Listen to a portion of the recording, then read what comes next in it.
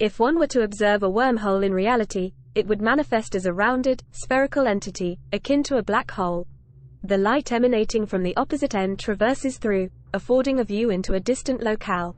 Upon traversing, the alternate side beckons for an encounter, while one's former abode retreats into that gleaming spherical aperture. Yet, do wormholes truly exist, or are they merely constructs masquerading as physics on a grand scale? If they are indeed real, what is their operational mechanism, and where might they be located?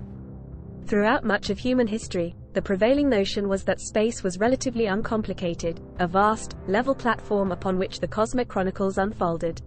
Even after stripping away the assembly of planets and stars, a vestige remained.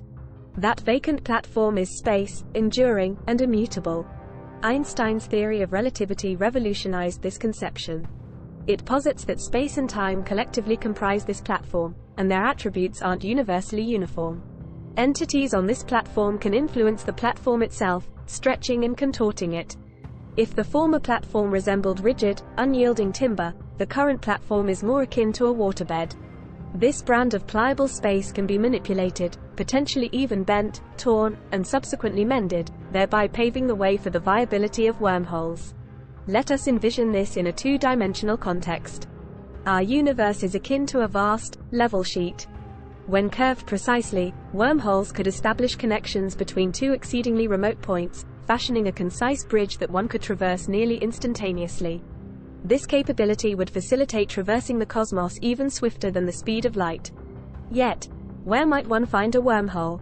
At present, solely on paper, general relativity suggests their potential existence, but this doesn't guarantee their actuality.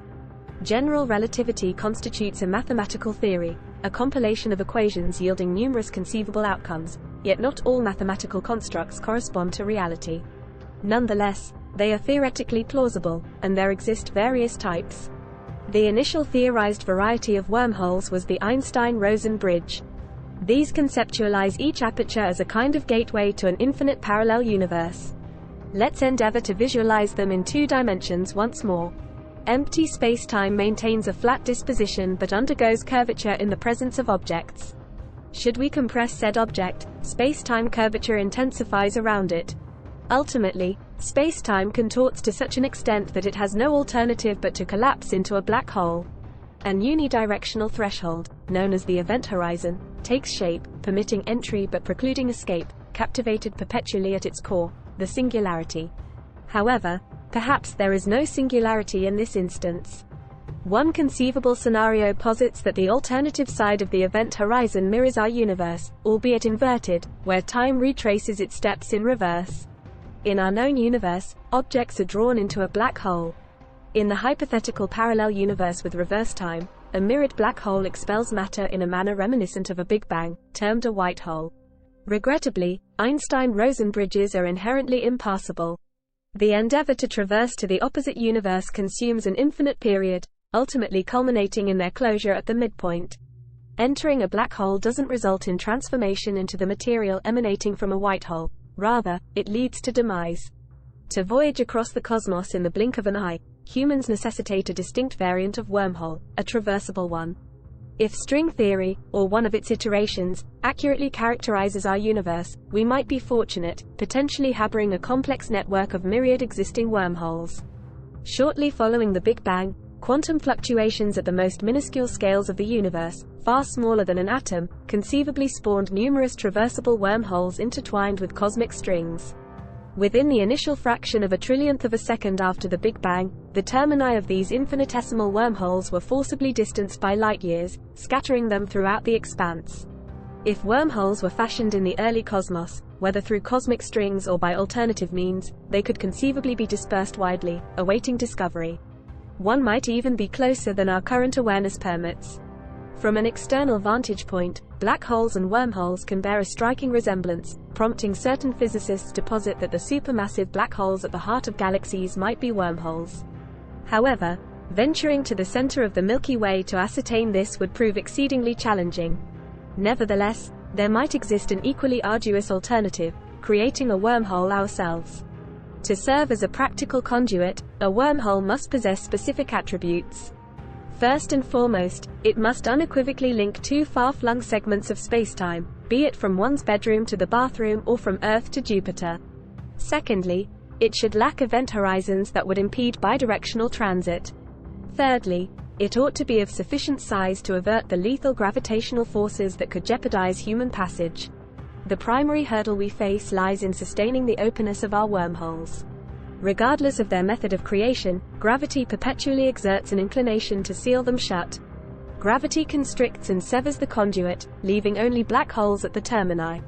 Whether a traversable wormhole with dual apertures or one leading to an alternate universe, it will endeavor to close unless upheld by a bolstering force. For ancient string theory wormholes, this role falls to cosmic strings. For those crafted by human hands, an additional element is required: exotic matter. Exotic matter is an entirely distinct and remarkable substance, unlike anything found on Earth or even antimatter. Possessing negative mass, in stark contrast to the positive mass inherent in people, planets, and all other constituents of the universe, it exerts a repulsive force, effectively generating a form of anti-gravity that buttresses our wormholes. Furthermore, exotic matter must exert immense pressure to expansively pry open the fabric of spacetime, surpassing even the pressure at the cores of neutron stars. With exotic matter, we could manipulate space and time by our desires. Remarkably, the vacuum of space itself may serve as a candidate for this exotic matter. Within this vacuum, quantum fluctuations perpetually give rise to pairs of particles and antiparticles, only to annul them an instant later.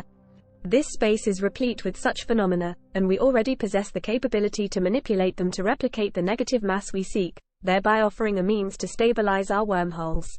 Once sustained in an open state, the termini would commence in proximity, necessitating deliberate relocation to intriguing locales. An initial step might involve interconnecting the solar system and positioning each terminus in orbit around Earth. Others could be propelled into the far reaches of space. Earth could conceivably serve as a hub for a vast, stellar human civilization spanning light years, yet merely a wormhole journey away. Nonetheless, wormholes possess a shadowed aspect. Even the creation of a single wormhole fundamentally disrupts the fabric of the universe, potentially birthing time travel paradoxes and infringing upon the universe's causal integrity. Many scientists assert that this implies not only their infeasibility but their non-existence altogether.